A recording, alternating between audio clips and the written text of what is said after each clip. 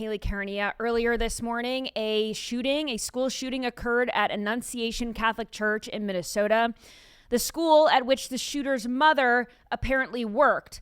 2 children were killed, 17 injured before the shooter turned the gun on himself. This 23-year-old man used to go by Robert, and court documents show he changed his name to a woman's name back in 2020. So you do the math. This is the state run by Governor Tampon, who supports men who think that they're women. The alleged killer posted a disturbing video to YouTube that has since been taken down. And in it was a letter to his family saying, sorry, move on with your lives, don't worry about me. According to sources who took screenshots before the video was taken down, it was posted to an account with the same name that matches the name that authorities have said matched the killer. He flaunted his weapons of choice in the video with messages like, "Where is your God?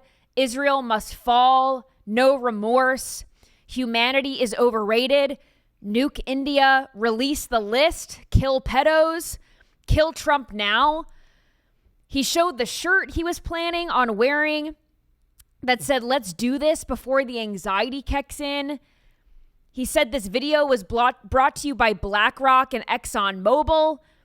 He said that Brandon Herrera for president, who's a conservative influencer who posts pro-Second Amendment content. It is disturbing, and these political messages are all over the place. People on both sides of the aisle, very quick to say, well, he's on your side. This person belongs to Satan. And it is so odd that people see his severe mental illness and tragedy and they immediately make it political when the lives of children are lost. I wasn't even going to cover this from a political angle at all until I saw Circleback Psaki post one of the dumbest things I've ever seen on X. It only takes Democrats 5 seconds to blame President Trump or Republicans when something bad happens. They never take accountability for the hatred that they spew towards President Trump, his supporters, Christians, Jews, basically anyone that isn't a rabid liberal elitist piece of shit. So here is what former White House press secretary under Joe Biden, Jen Psaki, said. When kids are getting shot in their pews at a Catholic school mass and your crime plan is to have National Guard put mulch down in D.C., maybe rethink your strategy. I mean, that was just hours after the shooting. Disgusting. I mean, maybe rethink tweeting about President Trump in the wake of a tragedy. I know that he lives in their heads rent-free, but come on. Blaming President Trump's plan to clean up blue cities where crime is a problem for not preventing another school shooting that occurred weeks after the cleanup efforts started. I mean, what does one have to do with the other? The only crime that Democrats care about, by the way, are school shootings because they can use them to push an agenda that leaves the American people weak against a government that they desperately want to inflate and give more power to. And they all the time fail to look in the mirror and wonder why we've seen multiple mass shooters and domestic terrorists with gender dysphoria, an illness that Democrats support, by the way, wholeheartedly. They campaign on it. And they keep spewing narratives about Republicans being Hitler, Nazis, deplorable, garbage, dangerous, threats to democracy. Severely mentally ill people are listening. And they think that they're being a do-gooder by taking out the enemy that the Democrats have created. Blaming President Trump is so deranged, considering mass shootings take place in this country under every president.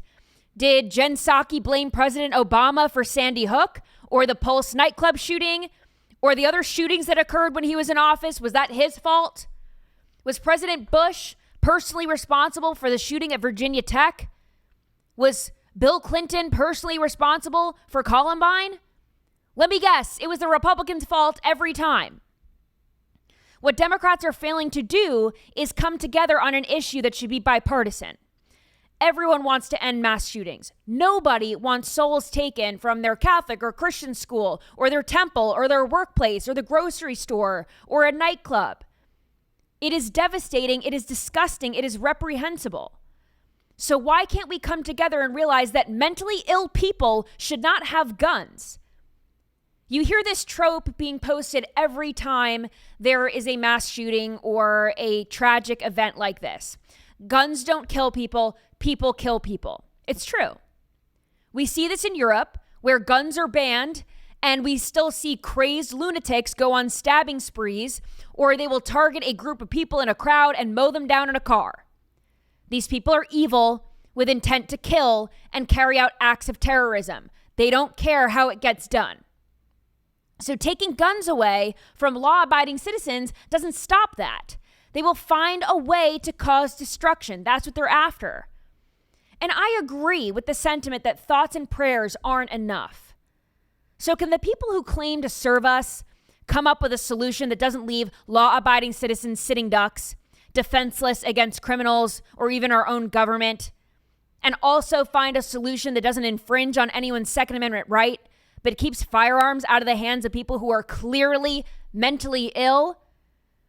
Now, I'm proposing, not that anyone's listening to me, not that I claim to have all the answers, I'm never running for office, nothing like that, but the same way that the Department of Homeland Security put out a notice to recruit ICE agents with signing bonuses and other incentives, why can't we do that with security guards or retired police officers or even people in the community who don't have experience in that, but they just want to step up and help? And they can be trained to protect at every door of places of worship, at schools, and places that statistically have higher gun violence attacks. Usually these are the places that Democrats will slap a sign that says gun-free zone, so we can start there. Because criminals don't care if it's a gun-free zone. They just care that there are innocent people in there. And they're defenseless. So the way that we combat that is to make sure that they are not defenseless. Put someone, a security guard, someone armed at every entry. I don't understand why we can recruit thousands of ICE agents, which are needed, by the way. I think that that's wonderful. But let's replicate that and get people who actually want to protect their communities, get them jobs, get them training, and hopefully save lives. This is a battle between good and evil. I'm so sick and tired of people blaming one party or the other party. Nobody ever wants to put their pride aside and work with the other side on a solution that it should transcend partisan politics. Children died today. 2 children died. I know everyone is desperate to point fingers and get clicks on X or whatever. We have to remember what matters. The entire Annunciation Church community is grieving in one way or another. There are 2 families that won't ever drive their child to school ever again. They'll never see them at soccer practice. They'll never say grace before eating dinner together again. They're going to go home to an empty bedroom, probably filled with stuffed animals that will never get played with again. So pay attention to the people online who are pointing fingers and playing the blame game when they've got their priorities all wrong. Not to mention, Jen Psaki suggested that President Trump shouldn't be using the National Guard in D.C. They're not needed in D.C. He should be concerned about other things because I guess in her mind, 2 things can't be true at once. 2 things can't happen at once. President Trump should just be on a one-track mind preventing school shootings every day.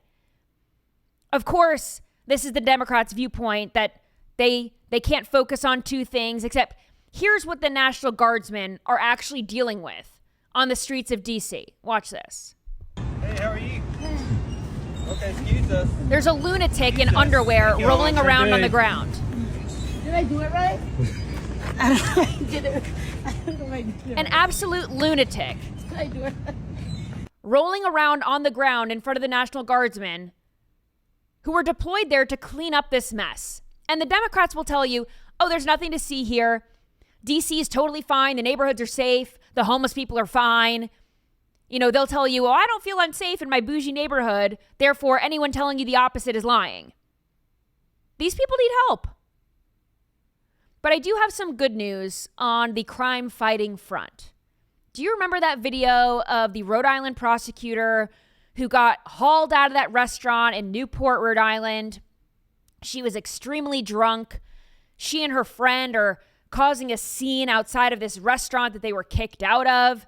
Police are trying to de-escalate the situation. The police were just saying, hey, you're kicked out of this restaurant. The restaurant wants you to leave the premises. Let's just get you in a car. Let's just get you home. No. She had to fight the cops. She had to tell them at every turn, I'm an AG, I'm an AG. So Special Assistant Attorney General Devin Flanagan, she was officially put on leave for 6 months, which is not enough, in my opinion. This headline reads, Rhode Island prosecutor who warned police, you're going to regret this, during arrest was put on unpaid leave. I think she is the one regretting this, not the cops. But like I was saying, I don't think that 6 months unpaid is enough. I don't know how she can be trusted to uphold the law when she thinks she's above it. She put on quite the show with her friend on August 14th. She was resisting arrest and repeatedly tried to name drop herself. And then her annoying friend pipes up saying, well, she's a lawyer, so she knows what the protocol is, and she knows that you shouldn't be doing this. And, oh, I know what you're supposed to do. Oh, you need to turn your body cam off, blah, blah, blah. So she should also know, if all of those things are true, to not resist arrest. Doesn't matter who you are. Doesn't matter what your title is. Doesn't matter what your name is, who your dad is. You should know not to tell cops how to do their jobs, and you should know how to act like an adult. She's a total embarrassment to that office. If I was the attorney general, I would not want her working under me ever again. So I think it's time for a career change for her. But I have some good news, okay? DJ Daniel. Do you remember DJ Daniel? Speaking of career changes, by the way. This is a 13-year-old cancer survivor. You probably remember him when he was honored during President Trump's joint address to Congress earlier this year. He was honored. He captured America's hearts. Well, anyone with a heart. The Democrats were too cold and bitter to stand and clap for him, of course. But he's the 13-year-old brain cancer survivor. He had gone through countless surgeries. He persevered, and he has a love of law enforcement.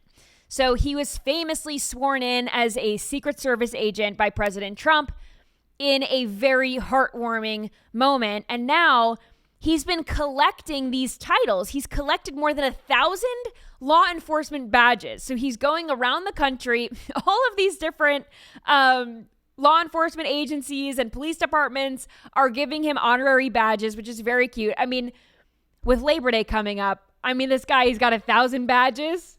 So we were talking about, this kid's got like 900 jobs. I mean, he's the most employed law enforcement officer in the history of the planet. Thank goodness he doesn't have to work all of these jobs. He'd be very busy, not enough time in the day. But he collected another badge.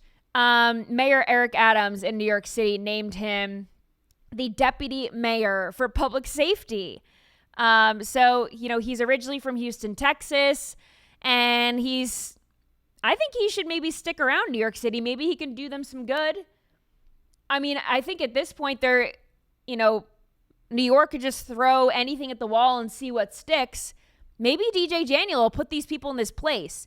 He's famously very sassy.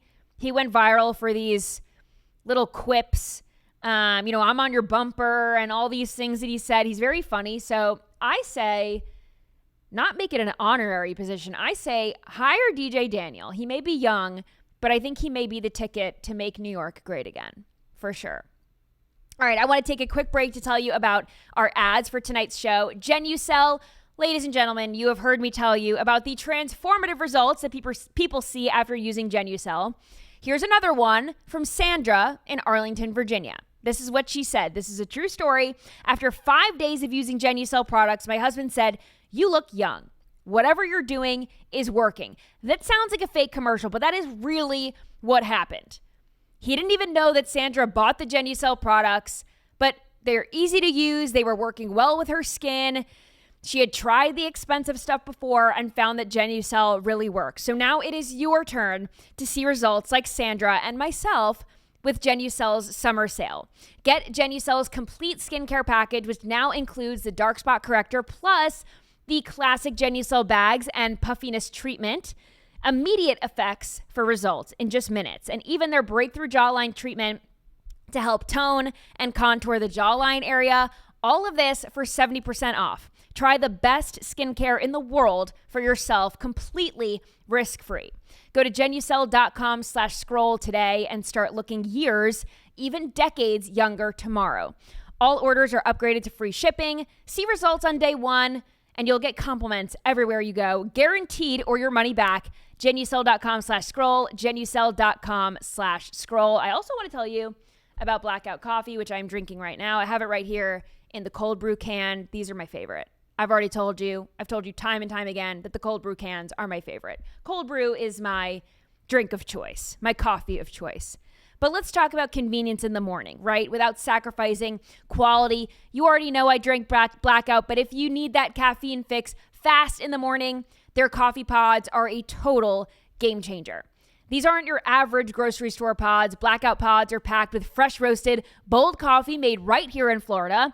They work with those single-serve pod brewers. It is fast, it is easy, and it is actually delicious. None of that bitter, stale junk. Just pop one in. Boom, you've got a strong, smooth cup of coffee in just seconds.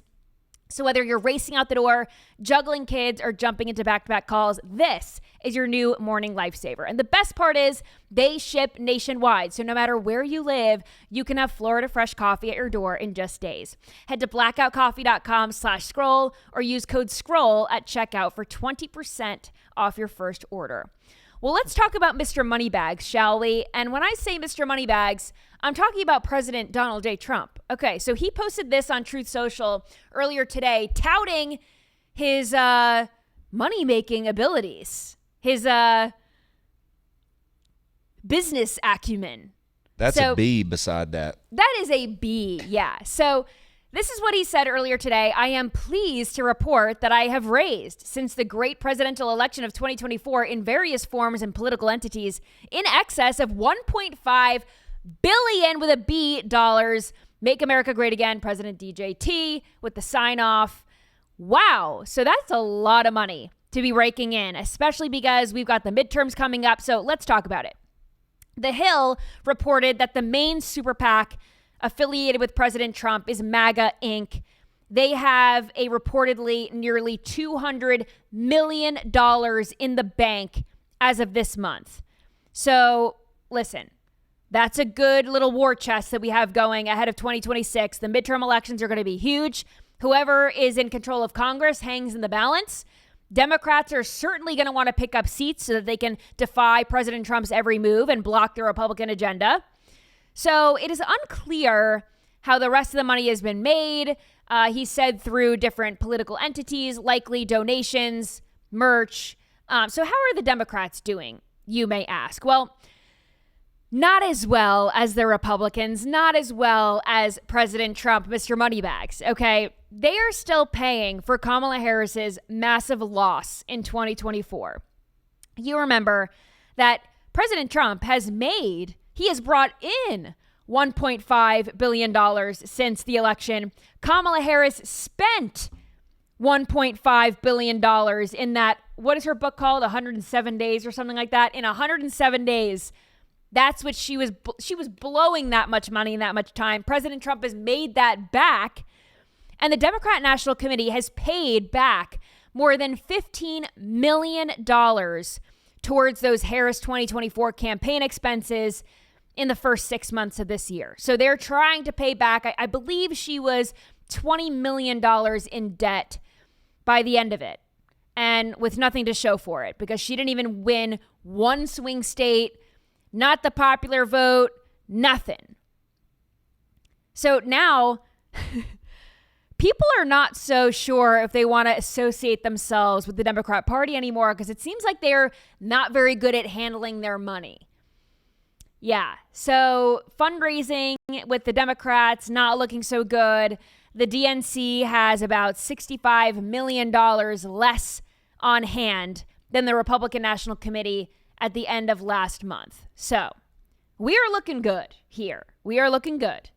And the DNC just has about $15 million in the bank as it is. So maybe they've got, $5 million left over that they still need to pay off Kamala Harris's debts to ass shaker Meg the Stallion and whoever else she had. That's what I was going to say. They got a lot out of that with Beyonce and Megan the Stallion. And whoever else. Yeah, the Beyonce concert that wasn't the concert. J-Lo crying about, Tony Hinchcliffe's joke about Puerto Ricans. Give me a break. So they spent a lot of money on a whole lot of nothing. And, people don't even want to give money to the Democrats anymore. So I think we're looking good in 2026 so far. And I should have put these two things together, Marco Rubio and DJ Daniel, both very hardworking people. So let's play this video of Secretary Marco Rubio talking about how this Labor Day is going to be very special for him. Watch.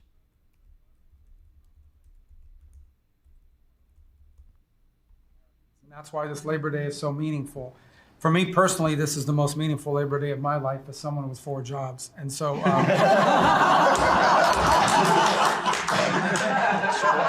it's true.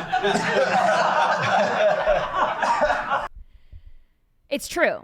Marco Rubio is now serving as the Secretary of State, National Security Advisor, U.S. Archivist, and head of USAID all at once. Wow. I mean... he was just a senator a few months ago. Now he's got all these notches on his belt. He's a very hardworking man. So you think overall he was underestimated? I mean, like when he was on his presidential runs and everything. I mean, here he is, a senator. Do you think people really in the party gave him that, the true respect? I think he has proved himself in 100%. An amazing way since I've then. always thought a lot of him is the point. Like, I mean, he was just a senator from Florida running for president. It failed. And then I liked him when he was running for president in 2016, but no one could hold a candle to President Trump. But I liked a lot of the things that he said on the debate stage. I think he was just a little quiet. And I think in 2016, people were really, really enamored by Donald Trump, his personality. He is a larger than life personality. Agreed.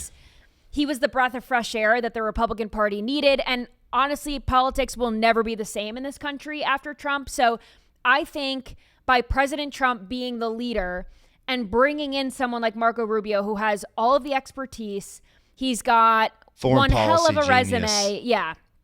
He is a very good person to have in your cabinet by your side. And I think this will set him up beautifully for an illustrious career in politics. Not that he doesn't already have that, but I think Marco Rubio very well may be the vice president of the United States or the president at some point. Maybe 28.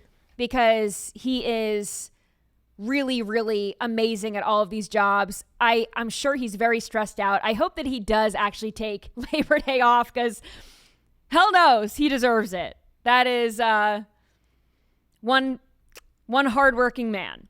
But someone who isn't working so hard, according to President Trump, is Seth Meyers. So President Trump posted this on Truth Social, talking about how apparently there... This is a direct quote. There is a sick rumor going around that fake news NBC extended the contract of one of the least talented late night television hosts out there, Seth Meyers. He has no ratings, talent, or intelligence, and the personality of an insecure child. So why would fake news NBC extend this dope's contract? I don't know, but I'll definitely be finding out. It's hard to trust whether this Truth Social post is by President Trump or not. Normally he signs off DJT. He signs off thank you for your attention to this matter. So a very different kind of a tweet, similar in that he's poking fun at someone, similar in that he's calling out the fake news media, similar in that he's railing on late night hosts for their failures and their lack of ratings and all that. I think that Seth Meyers is pretty funny. I very rarely see clips of him going extremely woke. Correct me if I'm wrong, but when I think of the woke late night hosts, I am more so thinking of the Kimmels and the Colberts. Kimmels, Colberts. Because even like Bill Maher has strikes of genius moments where he's on the right side of history. Hey, listen, Bill Maher, if you're left, at least be authentically left. And I think Bill Maher does a good job of that is who he is. Kimmel was on the Man Show. I mean, Yeah. he's Fall from a grace. total grifter. Yeah, it's like, I mean, I think some of these late night people are in trouble and they know it, and so it'd be best for Fallon and some of these guys to maybe start bringing on some people that they would not normally, bring on, and lay off the political commentary, because they're all gonna the numbers are down fiscally. Totally. It's bad. I will say, I don't need President Trump to be looking into why NBC kept Seth Meyers on. This is something that I'm, as a voter, not concerned with. So I think you can maybe leave this investigation, let the guy be. Out of all of the people in late night, I think he's probably one of the better ones, if I can say that. But yeah, I say leave it alone. Another person who needs to leave it alone is Travis Kelce. Oh my gosh, this man will do literally anything for a check, and now he is apparently teaming up with American Eagle. Watch this.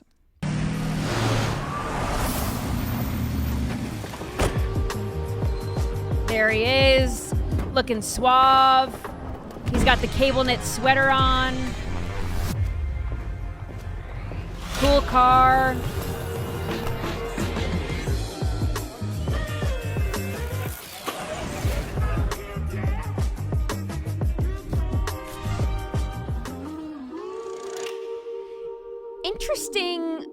Interesting kind of like school vibes, back to school.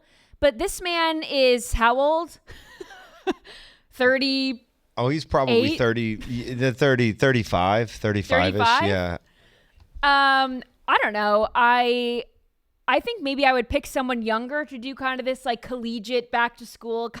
It gave me the vibe. polo. It gave me like the Ralph Lauren polo ad vibes. Polo, you know what I mean? It's kind of giving old school Abercrombie, the collegiate university style, preppy style. I like it. I think, all in all, nothing to hate. American Eagle was selling the jeans clearly with Sydney Sweeney, but they are more than just jeans. They are, I guess, selling cable knit sweaters and whatever. When did this ad drop? Today. A week before football season? Imagine could it that. be like he gets engaged Was and it then all he drops planned? a national ad with a brand that's been talked about for 2 months straight? Andy, you're getting ahead of me because this is exactly what I wanted to talk about. Is Travis Kelce the magic wand that brands use when they need better PR? Interesting, but Bud Light absolutely tanked after Dylan Mulvaney, and then guess what?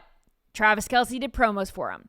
Pfizer, of course, was trying to get shots in everybody's arms when nobody wanted them, and he became Mr. Pfizer, as we like to say on the right. Now, American Eagle, we liked it, but a lot of people on the left, they gave American Eagle some crap for the Sydney Sweeney Has Good Genes ad, and with his engagement to Taylor Swift absolutely blowing up the internet yesterday, I am thinking this was strategically planned to bring back some of the lefty Swifties that were pissed off by the Sydney Sweeney ad. Makes you think. But this also just goes to show Travis Kelce, he's got enough money, right? But I guess he spent $550,000 on Taylor Swift's engagement ring. So maybe this is why he's picking up all these odd jobs. One more. $550,000. Circle back, chat. One for the chat. What is it? $550,000 on the engagement ring. It is an old mined antique cushion cut stone, and it looks like it's sort of in a bezel setting with a gold setting, if anyone knows what that means, but it is gorgeous. It is huge. Justin, can you look up how many carats it is? It's a lot, man. I don't know how many it is, but that's big. Someone in the chat said Kelce's net worth is $90 million. He still is picking up all these odd jobs, right? Him being a tight end is not an odd job, but he's in the NFL. He's got the podcast, and then his face is on literally anything. It doesn't even matter what kind of scrutiny, whatever this company is going through. Travis Kelce will just say, check please. You could use my face. Check please. How much is it? Between 8 and 13 carats, somewhere in between there. That is very large. Very, very large. Everything that this couple does seems very calculated. Taylor Swift goes on, Travis Kelce's podcast, New Heights, with his brother Jason for the first time. She knows it's going to get a bajillion views. She announces her album. Then everyone's talking about her. Then Travis Kelce proposes to her, gets everybody talking about her some more. Then Travis Kelce poses for American Eagle, gets them talking about it some more. So can the proximity to Taylor Swift and all of her new album glory be enough for people to support Travis Kelce in his endeavors with a company many of her fans think is promoting eugenics? I looked at their comment section. There were a lot of pissed off white liberal Karen lefties. Haters were mad about Sydney Sweeney's blue eyes, but Travis Kelce is one and the same.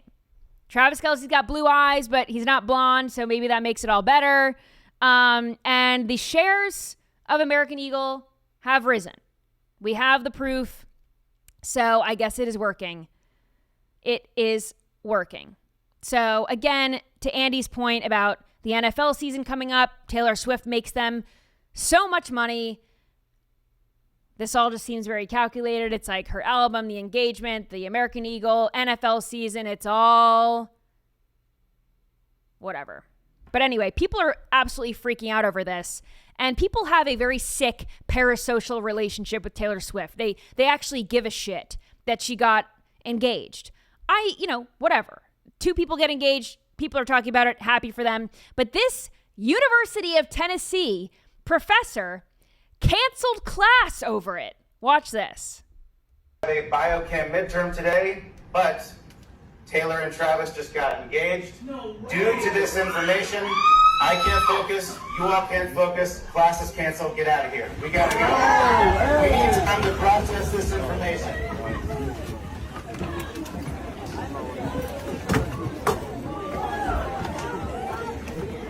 Go Vols. Okay, whatever. I will say this seems staged to me. He said that there was a biochem final, but what?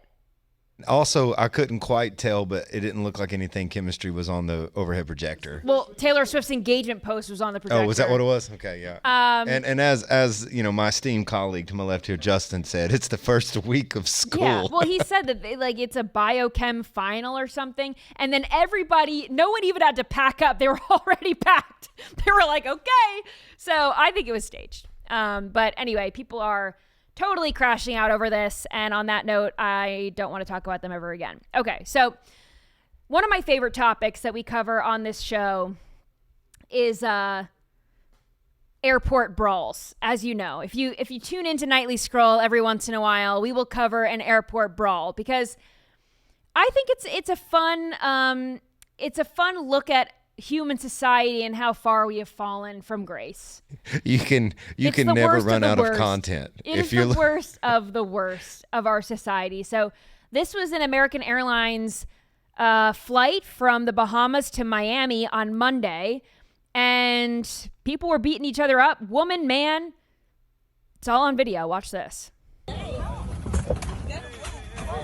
People, throwing punches.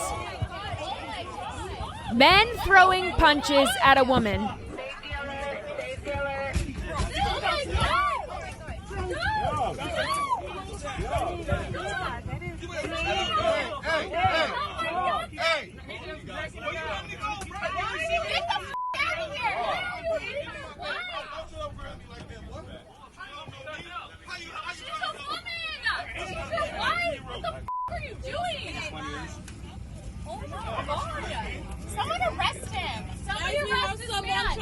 I love when people pipe up. I love when the peanut gallery pipes up. Someone arrest him. Anyone. People are just very Did you hear the flight attendant? Please, if you need to connect to your to your connecting flight. I think this is what the fight all broke out about. People were trying to get off of the flight to make connections, and someone cut in front of someone else, and people are, I don't know, it just brings out the air travel brings out the absolute worst in people. I don't know what it is. Again, I don't know if it's because they had ate too many airport mimosas in the terminal. I don't know if they're just stressed. I don't know if it's the claustrophobia. I don't know what it is. People's anxiety is high. But people are just so, they are at the end. It's everyone who gets on a plane is at the end of their rope, apparently. I think I know what happened. I think instead of the bags of Chex Mix, they got the cookie.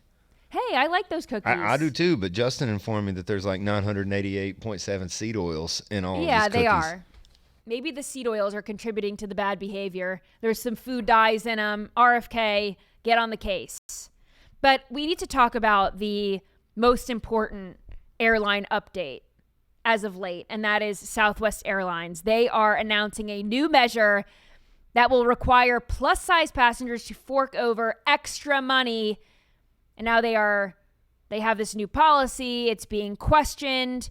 Basically, starting at the end of January, flyers who take up the seat next to them will be required to purchase an extra seat in advance.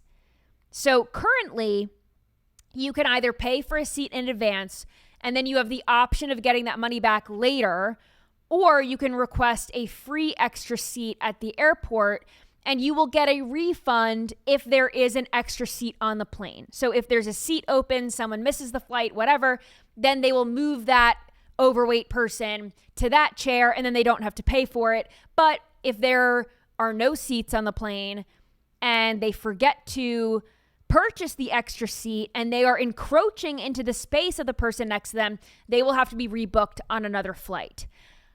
I say this is justice. Justice for people who don't want someone's stomach on their lap on a flight. Flights are uncomfortable anyway. And if you are taking up 2 seats, you should have to pay for the second seat. It's no one else's fault that you are that big. So someone in the chat said charge by the pound. Someone else said Justin said they identify oversized as if you don't spill into the next seat. Yes, no, but I have spent very uncomfortable flights next to someone that should have bought 2 seats. So as someone who is just a regular air traveler, I'm not saying I'm the skinniest person in the world, but I take up 1 seat. So, call me crazy for wanting to just have my seat. Do you guys think that this is crazy or this is fine? No, I think this is a good idea. I think it's justified. People have to charge, they have to pay for their dogs. They have to pay. I mean, air travel is expensive. It is crazy, right? But there are these people who are going to claim like, it's not my fault that I'm like this. This is discrimination. But it's ensuring that other people have their own personal space on this plane. And they're not forced to be uncomfortable against their will. It is their fault. It is their fault. You know where this idea started? Back in the old Carney days. Hey, can I get on this ride? No, you're too fat. And that was the end of it. So, like, I mean, little less political correct and a little more fact. Like, it wouldn't hurt. It wouldn't hurt if, we focused on a little maha. Someone right said, here as could the you motivator. buy 2 seats to get extra room? I think you can. You can buy as many seats on a plane as you want. And if no one sits in them, no one sits in them, right? I mean, what does the airline care, right? They just, well, no, I guess everyone has to have a name. They can't issue boarding passes. So I guess you can't. I guess you just put can't a name do and that. then squared. But I would love to be able to. My best flight experiences ever is when the person next to you doesn't show up. So I love that. Someone said obesity is a problem in this country. It absolutely is. And people need to take accountability for that. Every time I cover a story like this, I get like death threats in my DMs. People get so mad that I am saying like, this is your fault if you are this large.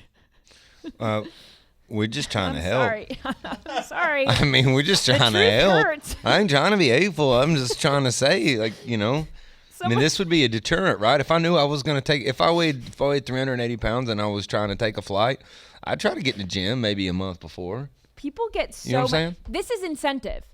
If you think that you are not going to fit into 1 seat, leading up to, lots of people diet before vacations for whatever reason. You want to look hot in a bikini on the beach? Fine. That's what I diet for. But if you want to be able to fit in 1 seat on the airplane, time to put the fork down. I fully agree. That flight's coming. That's coming. It absolutely is. All right, well, let's get into some scrolling time. People. Wait, go back. Go back in the chat. A month in the gym won't take off 100 pounds. If you have 100 pounds to lose, listen, you don't have to lose 100 pounds to fit into the seat for the most part, unless you're like my 500 pound life show on TLC. But I don't know. You can just lose 10 pounds, 20 pounds even. You should not want your fat hanging over on someone else's body anyway. Why would you want that? Someone said a fugly section on an airplane.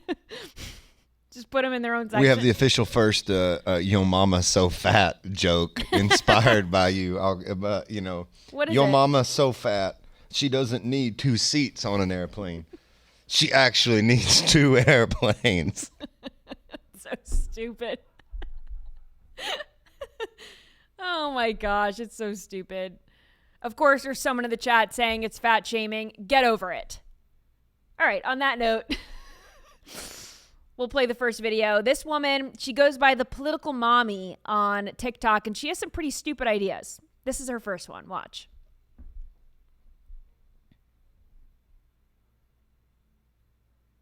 Please hold. Every year, the richest person in the world should be sacrificed and their wealth distributed to the poorest among us. Every year, we would have billionaires scrambling to distribute their wealth in an attempt to ensure they aren't the one that's pushed out into the ocean next year. What do you think? What do I think? This is a surefire way to ensure that nobody works hard ever again. They hate the truth that billionaires and millionaires they get to that status because of the hard work. And hey, a lot of people are just not cut out for it. I'm not a millionaire. I'm not a billionaire. People who are millionaires and billionaires are probably working a lot harder or smarter than I am. And I'm okay with that. They earned it. So a lot of people never make it to that level. That doesn't mean it's the billionaire's job to make up for all the people who clearly didn't have what it takes to make that kind of money. We should be incentivizing people to work hard and actually be able to enjoy the fruits of their labor, not have to give it away. Not to mention lowering taxes. Meanwhile, these people want, Democrats, socialists, they want people to pay more taxes for the government to be in more control of their lives. It makes absolutely no sense. The world goes round because of hardworking people, and the victim mentality isn't getting anyone anywhere, but she was not done yet. Here is some more advice from the political mommy. Watch this. What if we literally just split the country in half? One country goes full blue and the other goes full red. You move to the side that you agree with more. You want universal health care? Blue side. You want your healthcare plan to be don't get sick? Perfect. The red side's got you. Marriage equality. Blue side. Unless it's Adam and Eve and not Adam and Steve. Red side. Different positions, different tax systems, different schools, like 2 competing reality TV shows. Let's see who's living in cul-de-sac paradise and who is duct taping their roof together after a tornado. And don't worry, free transfers. You hate your side? Pack up your flag, switch your colors. No one will stop you. Then, instead of screaming at strangers in comments sections, we will finally have the receipts. Who's thriving? Who's tanking? May the odds be ever in your favor, America. What do you think? I think I've seen this movie before and I didn't like the ending. Let's not split up the country. That's not going to be good for the division problem. But what she's really arguing here is for states' rights, because she wants people to have more control over what they want in their government, right? So President Trump is a proponent of states having more power, less power for the federal government, sending issues like abortion and education back down to the states. So she really went so far left that she came back around to the good side. But the concerning thing is all the comments were, get this woman in office, she should run for president. I mean, people were really, really loving it. So what do you think in the chat? Should we do this? Someone said, I think that's the dumbest bimbo I've ever heard speak. People like her should be sacrificed. That's why we had a civil war, stupid. Yeah. Someone said, why doesn't she just move to Canada? We're not Korea. president of D's Nuts. So, yeah. The chat is also still championing the your mama's so fat jokes. We're on a roll here. Oh, it's excellent. We're on a roll. All right, this next one is funnier. Watch this. What's your favorite race? I don't have a favorite. I want to protect all the people in any way that I can. Every human being has a favorite race. No. Whether we want to admit it or not, every human being has a favorite What's your race. favorite race? The Kentucky Derby. Got him. The Kentucky Derby. What's your favorite race, Andy? The 100 meters in the Olympic finals. Okay. I mean, that's the most Running or exciting 9 swimming? seconds every 4 years. In track and field? Yeah, just the first thing that popped in my head, but then I'm starting to think about it now that I just said it, and I'm like, that's pretty accurate. I mean, that's a Usain Bolt Olympic Stadium full. Nobody makes me feel more patriotic than watching Sha'Carri Richardson in the relay. That girl is fast. No, she can haul. Yeah, She is really fast. And she does it with the hair, the nails, everything. I feel very patriotic watching that girl run. I'm just going to say that. Also, the three-legged race is the Olympics. The roll down the hill with the yeah, cheese. the cheese roll. The cheese roll. If you've tuned in, Wait, what was that? What it the was sack called? race where you get in a burlap sack and have to hop. There's a lot of field day favorites. Yeah, field day that comes that in I handy. believe are there. But I mean, if I had to pick between the three-legged race and then the 9-second What's the 100 meter. three-legged race? You put your legs together. You and in your a you have a burlap partner sack. and your inside legs are tied together. Oh man, what was that called? The cheese race, cheese wheel. Somebody, is in Britain, and they kicked a big roll of cheese downhill, and there's like 75 guys that They just all go went vertical. flying. The potato sack race. Someone said the Indy 500. 5-year-olds did a sack race. I think just running is probably my favorite. I don't know. All right, this next one is the perfect way. Oh, the cheese roll. Is that what it's called? Sponsored by every orthopedic surgeon in Britain. They have got to have paramedics on standby for that. They're absolutely launching themselves down this hill. It's very steep. Someone said the race to the bathroom after a flight. That's a good race. It's a good race. You got to catch the rush. All right, this next one is the best way to deter porch pirates. Watch this. Pompano Be Like, this is Pompano Beach, Florida, and this person has a handgun as a mailbox. If you want to play that again, people get a closer look. It's massive, too. This is not your average mailbox. And their address is 911. I just noticed that. Dang, they mean business. Who said white people don't have culture? White people culture is corn dogs, NASCAR, and gun mailboxes. This is Country music. The most Florida thing I've ever seen is a handgun mailbox. That is all the videos that I have for you. But I did try to answer some questions last week. I only got through like half of them. And then I put some more on my Instagram story tonight. So I figured I would end the show by answering some of your questions. So someone asked me my favorite TV shows from growing up. I was not a cartoon fan. I didn't like the cartoon shows. A lot of the cartoons that were popular when I was growing up were Hey Arnold, Dexter's Laboratory. We probably watched the same cartoons, I guess. What were the cartoons for you growing up? Oh, no, there's no way possible. Mighty Morphin Power, Captain America, Mighty Morphin Power Rangers, Yeah, Captain Power Planet. Rangers. I've never heard of Captain Planet, but... Oh, he's our hero. Gonna take pollution down to zero. Don't look at me. Wow. And then G.I. Joe. Okay. G.I. And Joe. then, yeah, so like those were where it was at. So I didn't like cartoons really. Oh, but Ghostbusters. Ghostbusters. Yeah, I Dan watched said that. Ghostbusters. That's a big one. Yep.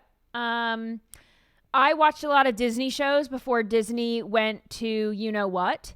So Lizzie McGuire, Hannah Montana, That's So Raven, Full House, Boy Meets World, Sweet Life of Zach and Cody. Those are some good ones. Even Justin's shaking his head.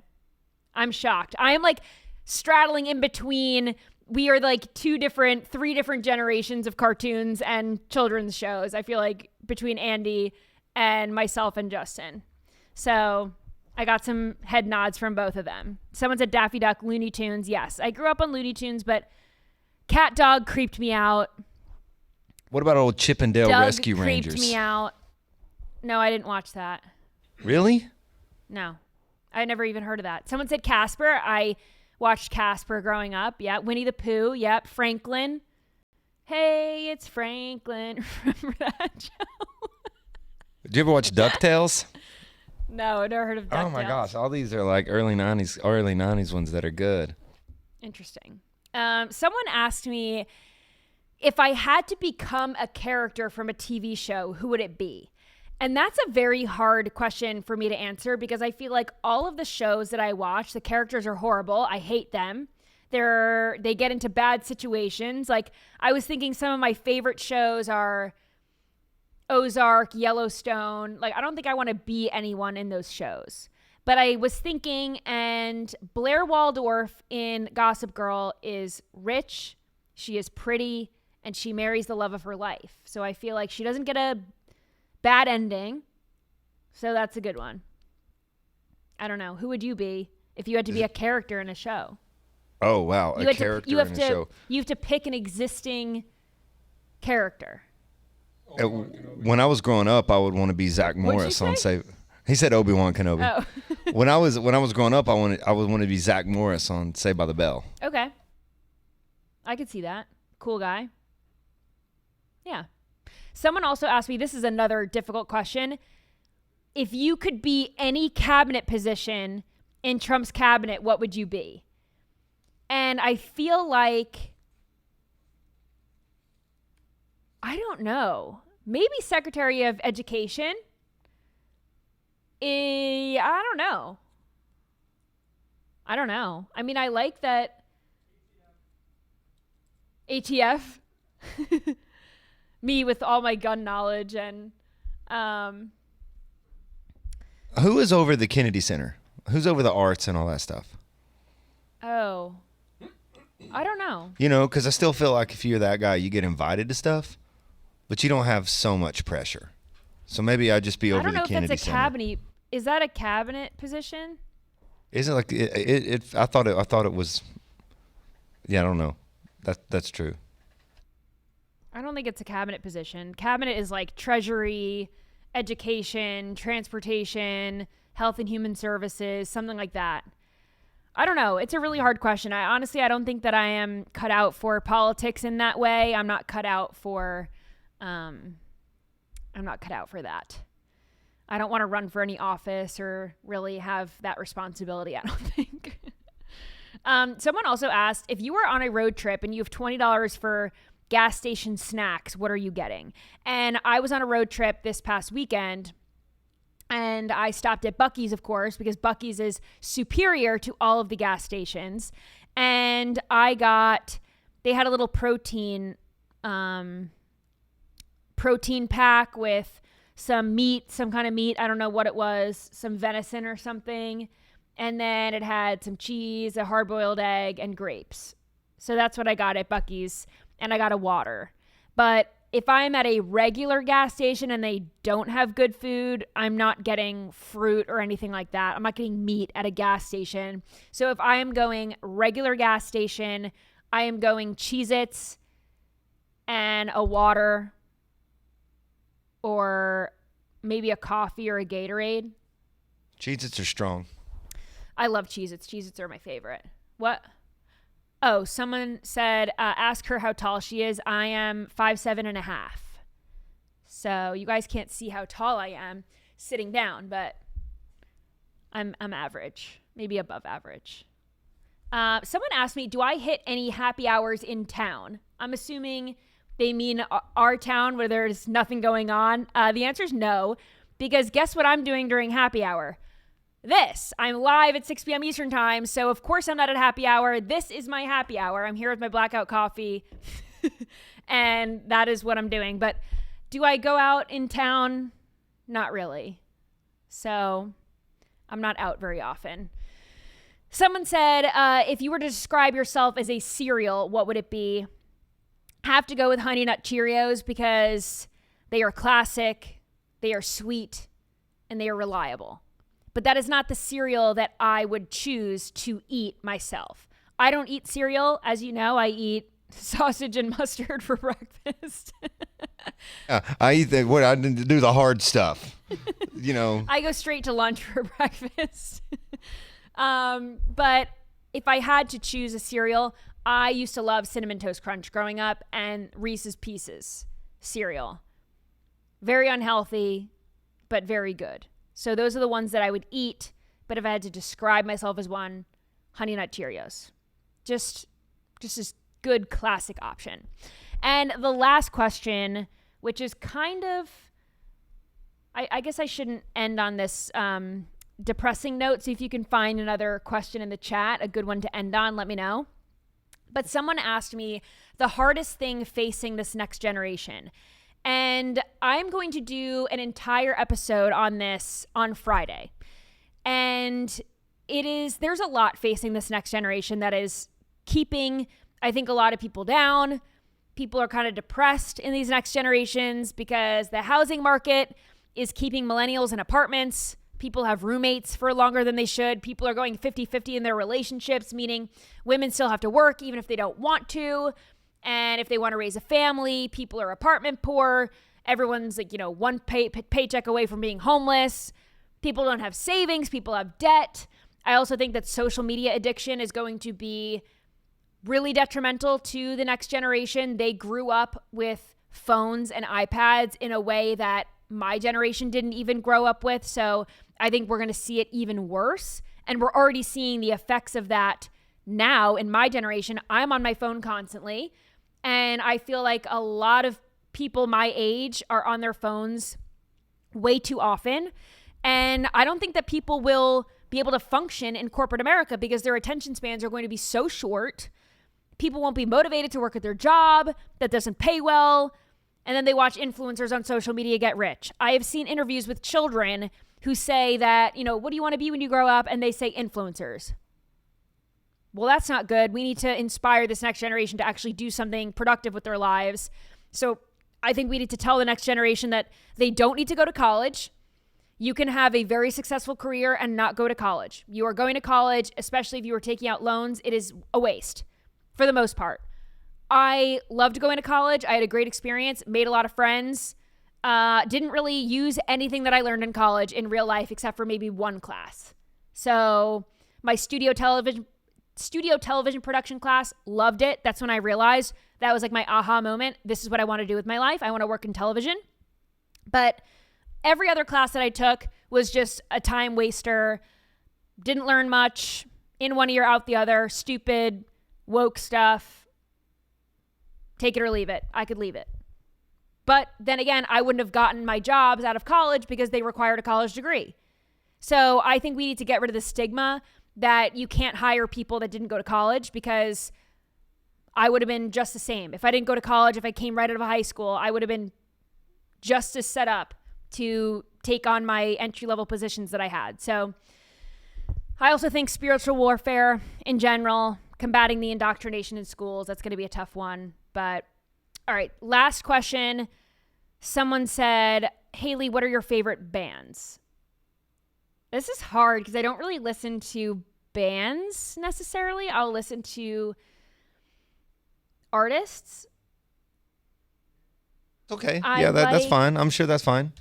If I had to pick a band that I think I have listened to throughout the years, I would say Maroon 5, because I think in the early 90s they were so good, iconic, and I kind of grew up with their songs. Then in high school, they kind of had this, resurgence, and then in college, I think they're very good at adapting, and I think they have a new album out now. I listened to a few of their songs, And they did a collab with Lil Wayne. Like, they're always trying something new, and I appreciate that. It's true to their sound, but it's new and modern, and I think that they're good. I saw them in concert, and they were very good live. Other people that I've seen live, very good, Lady Gaga. She was incredible live. So that was another good one that I was blown away by. The Killers, amazing in concert. They are very, very good live. So I would say... You just saw Morgan Wallen. Morgan Wallen's good live. Yeah. I like some Sabrina Carpenter. I like some rap. I like Lil Wayne. I like Drake. I like Nicki Minaj. A lot of songs from like the 2010s I feel like are good. When I was in high school and college, they had good songs. Good like hip hop, rap songs. And on that note, thank you for joining me. Thank you for listening to all my questions and answers and all that. I appreciate all the interaction in the chat. So thank you for joining me. If you want to join everyone in the chat, you have to do it on Rumble. Rumble.com/Hayley is the only place you can watch Nightly Scroll. Of course, you can catch it whenever you want. If you can't catch us at 6 p.m. Eastern time, I get it. And then if you want to listen on your favorite podcast platform, Apple Podcasts, Spotify, wherever you get your shows, make sure that you are subscribed everywhere because everything helps. You can follow me in the meantime at Hayley Caronia on most platforms, and I will see you right back here tomorrow.